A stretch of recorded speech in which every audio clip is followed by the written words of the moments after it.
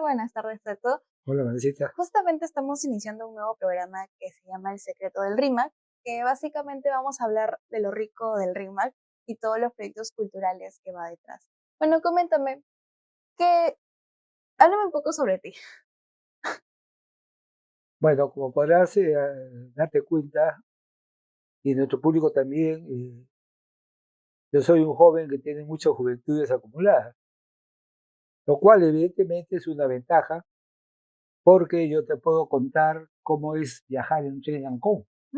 Yo he viajado en un tren Ancón. Ah, Estaba muy mira. niño, cosa que ahora pues ya es imposible porque ese servicio ya no hay. O cómo eran las fiestas de Mancaes. Eh, yo no soy rimense de nacimiento, pero sí he tenido dos etapas de mi vida muy simpáticas, muy bonitas, rimenses. Cuando estaba en tercero de primaria, me cambiaron del colegio San Agustín, que quedaba donde es ahora, había parado al colegio Santo Tomás de Aquino, en el centro, uno de los claustros del antiguo convento dominico, que está a la vera del río Rímac, y vivía en un barrio de Villacampa que recién se estaba eh, construyendo, ¿no? Mi casa fue una de las primeras casas que se hizo en ese barrio, pero que en realidad no es un río, sino es un canal pre-inca Claro. y que ha facilitado toda la labor agrícola en el Valle de Lima. Lima ha sido siempre un lugar donde había haciendas, donde había huertas, donde había chacras. Todo gracias más que nada al río RIMAC. No, no tanto, más que nada al río, lo que se llamaba el río Piedraliza. El molino de Piedraliza es una obra de Reinal, muy antigua. Creo que fue el segundo molino de Lima después del molino de Aliaga, cuyos restos arqueológicos se han encontrado debajo de la Alameda Chabucaranda y que estuvo abandonado por mucho tiempo, mucho tiempo. Por ahí pasaba el Piedraliza, Era pero como un canal. era un canal. Pero el Piedraliza ya en la época moderna servía básicamente para irrigar las zonas de lo que se llama Lima Norte, donde estaba la hacienda del Naranjal, donde estaba la hacienda de los Olivos. Caraballo también llegaba. Claro, claro que sí. Eh, y comenzaron a urbanizarse. Entonces ya no era necesario el agua. Por otro lado, la gente, como siempre, le echaba basura, entonces se atoraba, el agua se... ¿no? Una serie de problemas que motivaron a las autoridades, cerraron la boca toma y ya no había piedra lisa. Después de siglos, 4.000 años. Como ya no había agua, todo el canal comenzó a llenárselo de basura. Lo tiraban ahí.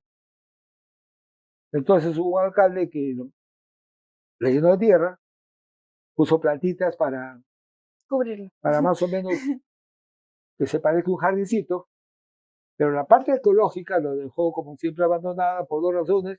Uno, no sabía qué se hacía con eso, y dos, no había la concepción patrimonial que hay en la actualidad, ¿no? Nosotros, por esta parte, hemos rescatado ese elemento patrimonial, hemos comenzado a mostrarlo para que se sepa qué cosa es eso, qué cosa era un molino, para qué servía, etcétera, y cómo después se lo transforma en central hidroeléctrica. Comenzando por los que vivían ahí en Piedraliza. Y la relación era eh, increíble, ¿no? El presidente, yo vivo acá 40 años, no sabía qué era eso.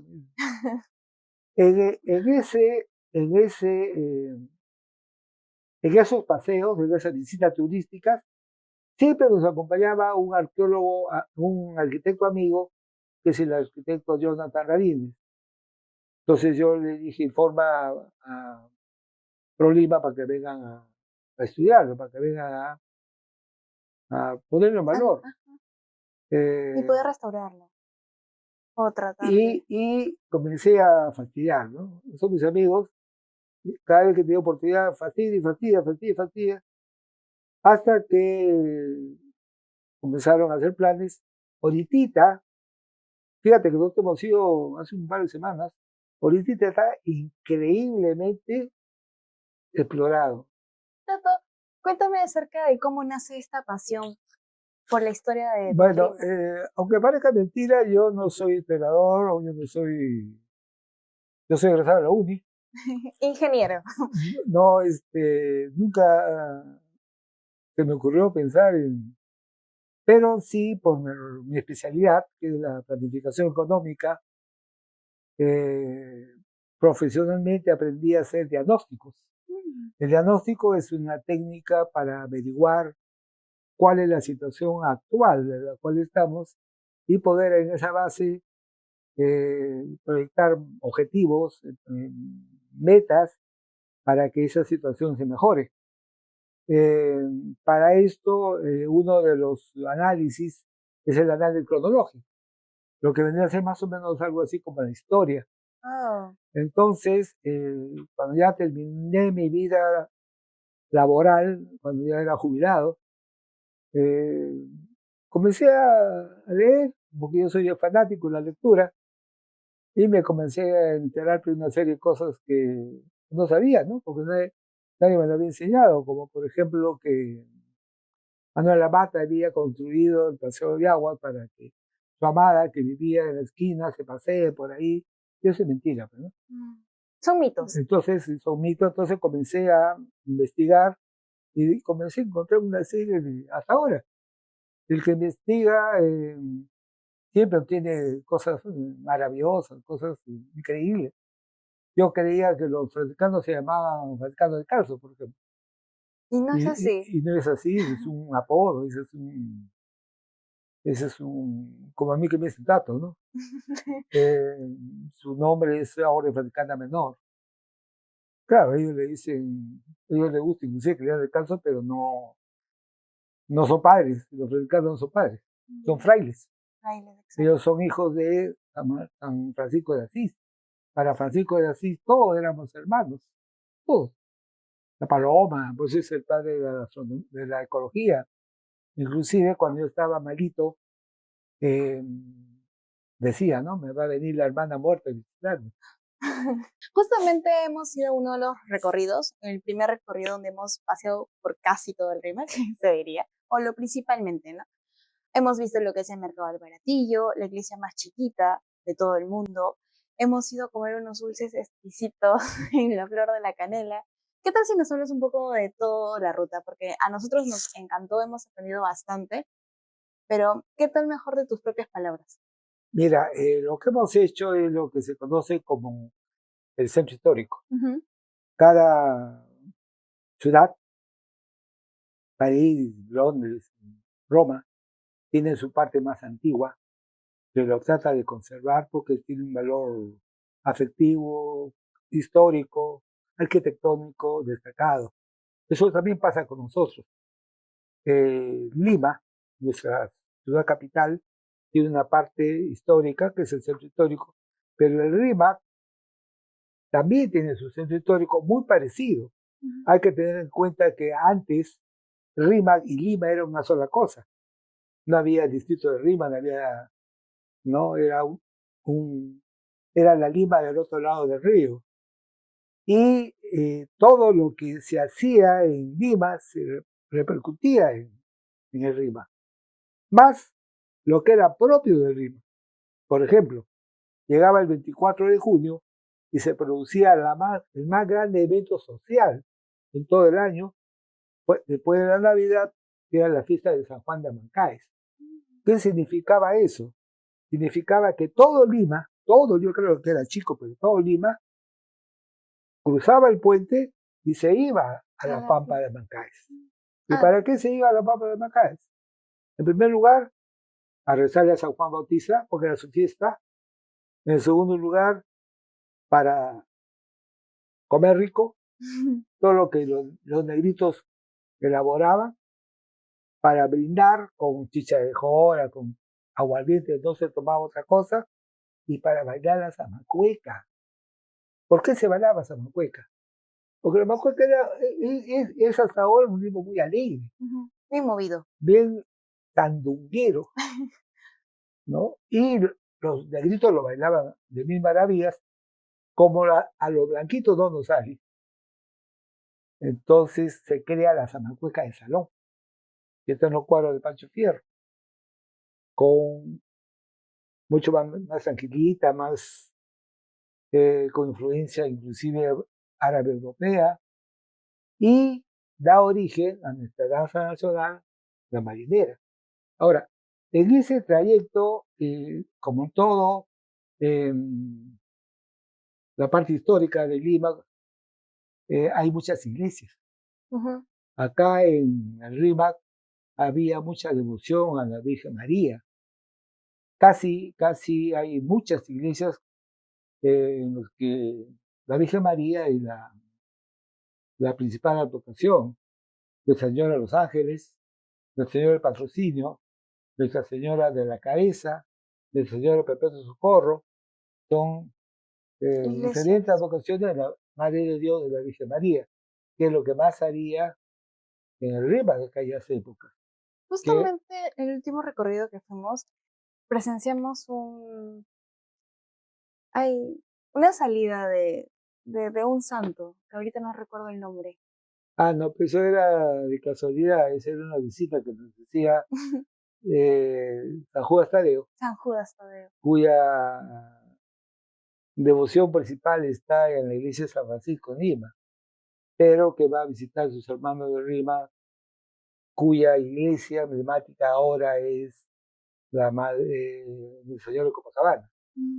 Ahí están los hermanos del Cristo Crucificado de Lima, ¿no? Que es la verdad. El Lima es el único distrito que tiene un señor. No hay otro distrito que tenga, que es el Señor Crucificado de Lima. Tiene su hermandad, sus cantoras, sus amadoras, igualito, guardando las distancias que el Señor de los Milagros. Claro, el Señor de los Milagros es Bueno. increíble, ¿no? Bueno, Tato, coméntame. ¿Por qué crees que el Rímac aún no es visto como un destino turístico principalmente, no? Bueno, hay dos razones fundamentales. En primer lugar, el conocimiento, ¿no? Tú vas a la Florida, ves un cerrito, preguntas a la gente de ahí, dices, ¿qué es esto? Ah, el huaca, dicen. Y se acabó, ¿no? No saben qué cosa es la cultura manchay, no saben qué es un Itapregú, no saben cuántos años su antigüedad, y no lo saben porque nadie se lo enseña. Entonces, eso pasa igual con Piedra Lisa, igual con el molino de Monteclaro, el molino, inclusive construcciones mucho más actuales, como la Quinta Empresa, que decían que era el Palacio de la Pericholi, ¿no? Y la Pericholi no tiene nada que ver ahí. Con el cuento del virrey. ¿No? En segundo lugar, la indiferencia. Está viendo que se está cayendo, está viendo que está apuntalado, está viendo. A nadie le importa. A nadie. Y puede haber dinero que no se hace nada. ¿No? No le importa a la Universidad de Lima, no le importa a la Universidad de Lima, no le importa al Ministerio de Cultura, no le importa a nadie. El único que se salva es Prolima. Y él hace muy buen trabajo. Entonces, tienes tú la iglesia de San Juan de Amacaes, una iglesia tradicional, histórica, la tercera más antigua de Lima, que no tiene techo. Wow. Se cayó podrido y ahí está años. Tiene el mirador de Ingunza, arradito de la Plaza de Hacho. La Plaza de Hacho es un excelente generador de ingresos. No tiene nada que hacer con el mirador, está cayendo a pedazos. No se puede subir. Tiene, por ejemplo, el mirador de Monteclaro, el mirador de Baratillo.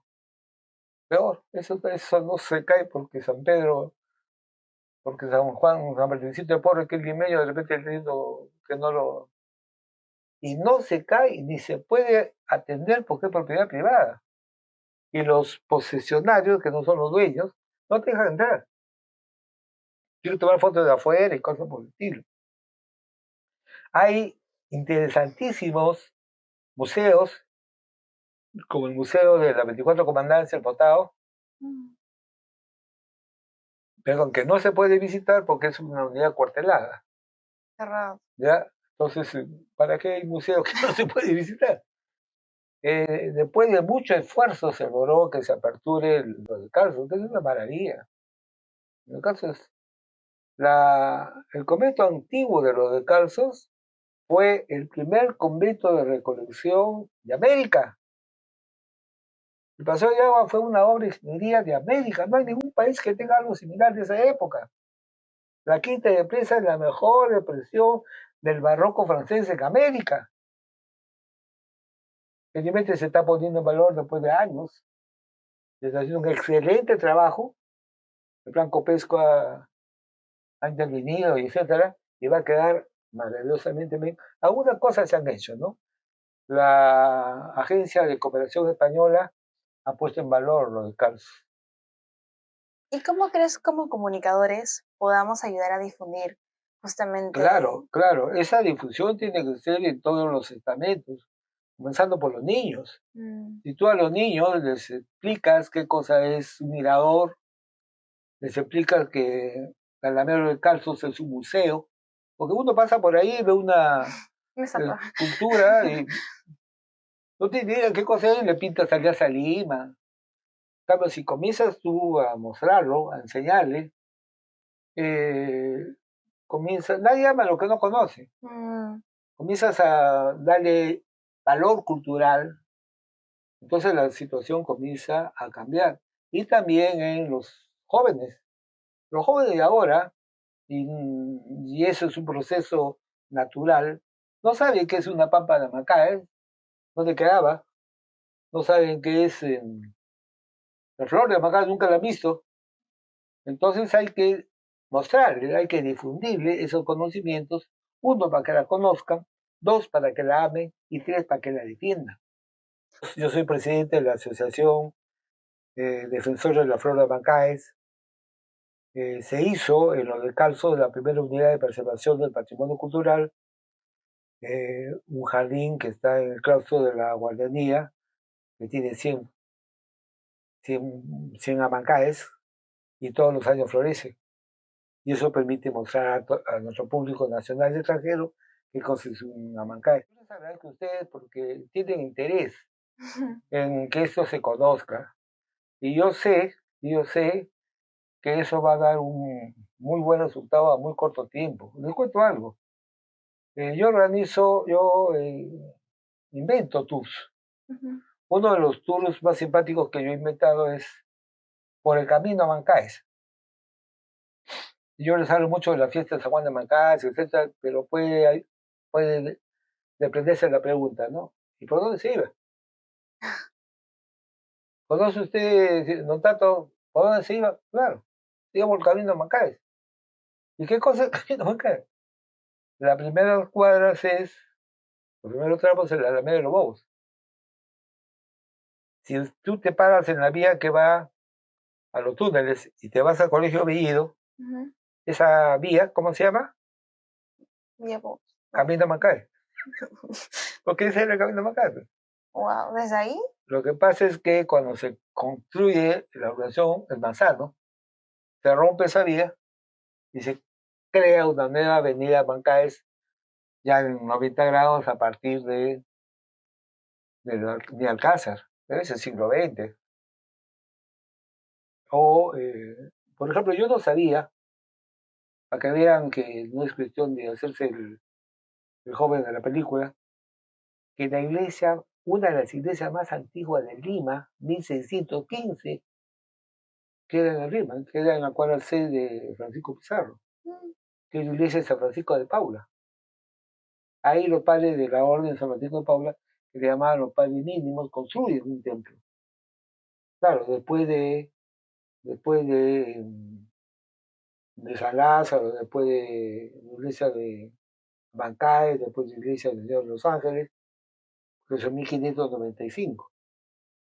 Pero 1615 es muy antiguo. Lo que pasa es que se cayó con el terremoto y ellos van más allácito y construyen otra iglesia en San Francisco de Paula, que ahora se llama la Virgen del Perpetuo Socorro. Pero los vecinos de ese lugar reconstruyen su iglesia. No dejaron que se y la mantienen con el nombre de San Francisco de Paula. Entonces había San Francisco de Paula el viejo y San Francisco de Paula el joven. Ya que era una costumbre típica de aquellas épocas. Cuando se construye el Alameda de los Descalzos, en 1611, y después se construye la Alameda de Hacho, en 1766, a Hacho le decían la Alameda Nueva, y a los Descalzos le decían la Alameda Vieja, porque así es, ¿no? Es igual que si usted con Valentina, ¿no? La joven y el viejo, ¿no? Una cosa así, ¿no? Gracias.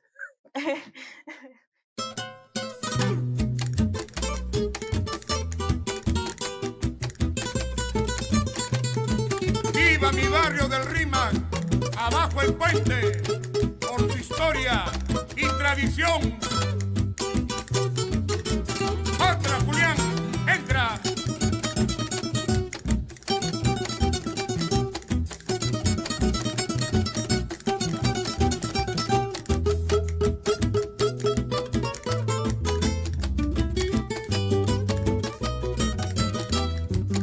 Mi querido barrio del Rímac, barrio de historia y tradición, y sus jaranas con guitarra y cajón, que los rimenses cantamos con pasión.